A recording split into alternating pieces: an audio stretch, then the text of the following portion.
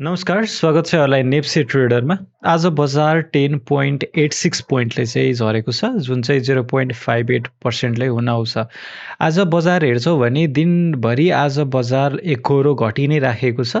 आज एकचोटि पनि बढ्ने छाटकाट चाहिँ देखाएन बजारले। भनेपछि बजारमा खुले तापनि अहिले खासै लगानीकर्ताहरूको इन्ट्रेस्ट नरहेको हामी बुझ्न सक्छौँ र यो एउटा पोजिटिभ कुरै हो। हामीसँग अहिले पैसा नभएको अवस्था हुनसक्छ होइन। सो पैसा हामी सङ्कल्प एरेन्ज गर्दै गर्न सक्छौँ। त्यस पछाडि बल्ल हामीले किन्नको लागि इनफ टाइम पाउने पो हो कि होइन, अझै सस्तोमा पाउँछौँ भन्ने कुराको हिसाबले चाहिँ हामीले बजार घट्दाखेरि लिनुपर्ने हुन्छ।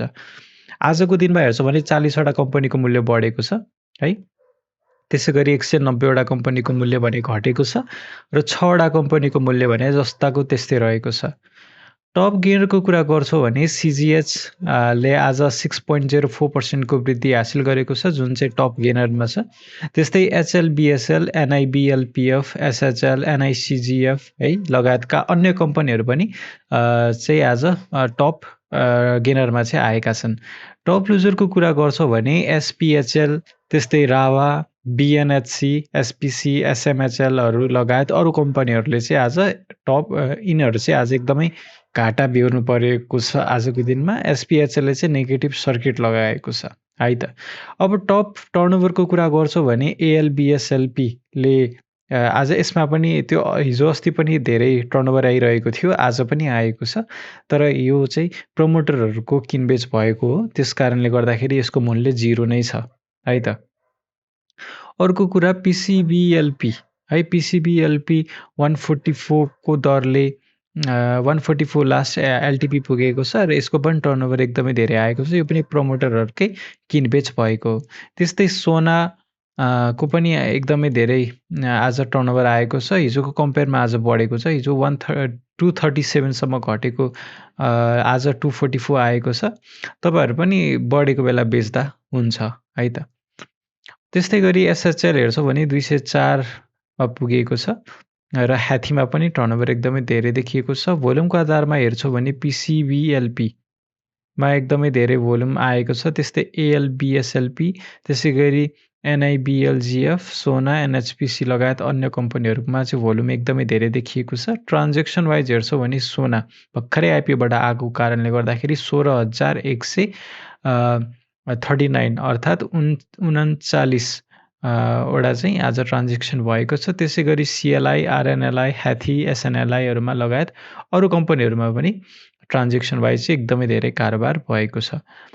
टर्नओभर हेर्छौँ भने हिजो अस्तिको तुलनामा बढिरहेको स्थिति छ। झन्डै 1 अर्ब जतिको, 1 अर्ब नआए पनि 96 करोडको चाहिँ आज टर्नओभर आएको छ है। यसले कस्तो कुरा जनाउँछ भन्दाखेरि अहिले बजार 1800मै पुग्छ जस्तो छ भन्ने कुराको हामी चाहिँ बुझ्न सक्छौँ। त्यस कारणले गर्दाखेरि बजार घटिरहेको बेलामा मान्छेहरूले आत्तिएर केही बेचेको हुनसक्छ है त। अब लागौँ सेक्टर वाइज के कस्तो छ भनेर। आज ब्याङ्किङ इन्डेक्स 0.88% ले झरेको छ। त्यस्तै डेभलपमेन्ट ब्याङ्क 0.35% ले झरेको छ। फाइनेन्स 1.05% ले घटेको छ। होटल एन्ड टुरिज्म भने आज एकदमै उत्कृष्ट तरिकाले एकदमै ठुलो पर्सेन्टेजले चाहिँ बढेको छ। आज सेक्टर नै 4.27% ले चाहिँ बढेको छ। हाइड्रो पावर हेर्छौँ भने 1.1% ले घटेको छ। इन्भेस्टमेन्ट 0.26% ले घटेको छ। लाइफ इन्सुरेन्स 0.39% ले घटेको छ। म्यानुफ्याक्चरिङ एन्ड प्रोसेसिङ 0.07% ले बढेको छ। माइक्रो फाइनेन्स 0.73% ले घटेको छ। म्युचुअल फन्ड 4.63% ले चाहिँ घटेको छ है। म्युचुअल फन्ड एकदमै नेगेटिभ तरिकाले घटेको छ, एकदमै ठुलो पर्सेन्टेजले। नन लाइफ इन्सुरेन्स 0.94% ले घटेको छ। अदर इन्डेक्स 0.67% ले घटेको छ। ट्रेडिङ इन्डेक्स 3.05% ले घटेको छ। आज सबसे धेरै घट्नेमा चाहिँ म्युचुअल फन्ड र ट्रेडिङ रहेको छ। त्यसै गरी फाइनेन्स र हाइड्रो पनि उत्तिकै घटेका छन्। आज सबसे धेरै बढ्नेमा चाहिँ अब बढेकै 2टा मात्र सेक्टर छ, जसमध्ये सबसे धेरै होटल एन्ड टुरिज्म बढेको हो है त। अब लागौँ टेक्निकल चार्टतर्फ। है। टेक्निकली हामीले हेर्दाखेरि एउटा जुन महत्त्वपूर्ण सपोर्टको लेभल भनिरहेका थियौँ, त्यसलाई चाहिँ आज यसले छोइसकेको छ।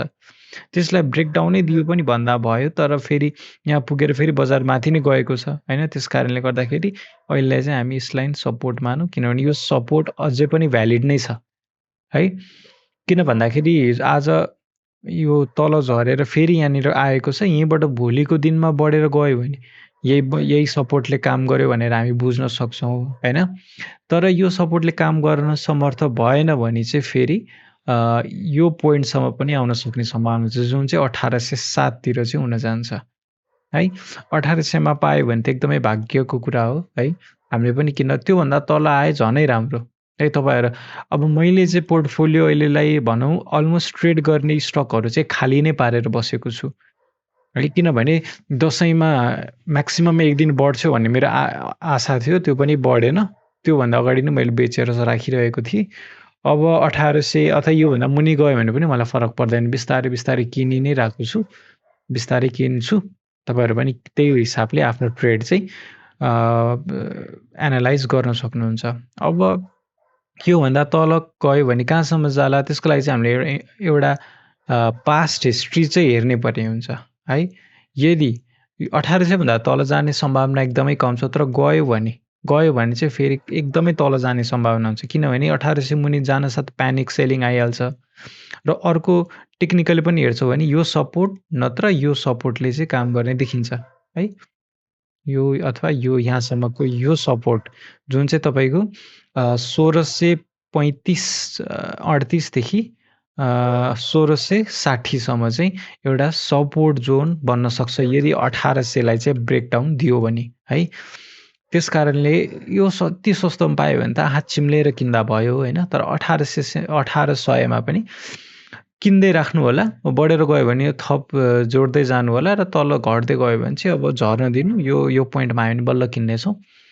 अब टेक्निकल इन्डिकेटर लगाएर हेरौँ। पहिलो नम्बरमा एमएससिडी लगाएर हेर्दाखेरि के देखिन्छ भन्दाखेरि चाहिँ एमएससिडीमा चाहिँ आज हिस्टोग्राम नेगेटिभ एरियामा बढेको छ, है? यदि हामी यसरी जुम गरेर हेर्छौँ भने यो हिस्टोग्राम चाहिँ नेगेटिभ एरियामा बढेको छ। यसले चाहिँ आगामी दिन अझै प्यानिक सेलिङ आउन सक्ने सम्भावना देखाएको छ, किनभने भोल्युम पनि बढिरहेको छ र बजार पनि तल झरिरहेको छ। त्यस कारणले गर्दाखेरि पनि एमएससिडीले चाहिँ सेल सिग्नल नै भ्यालिड छ भनेर बताइरहेको छ, है? त्यस्तै बोलिङ्गर ब्यान्ड अनुसार पनि त्यही कुरा हो।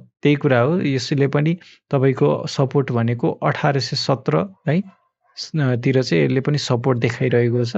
यहाँसम्म चाहिँ झर्ने सम्भावना हुन्छ। यसलाई घचेट्दै तल जाने सम्भावना पनि हुन्छ। त्यो बेला चाहिँ फेरि 1660 वाला सपोर्टले चाहिँ काम गर्ने हुन्छ। अहिलेको लागि चाहिँ यहाँ सपोर्ट लिएर माथि जाने हामीले अपेक्षा राखेका छौँ। हेरौँ के हुन्छ बजारमा, है? म अलिकति जुम गरेर देखाउन चाहेँ, है?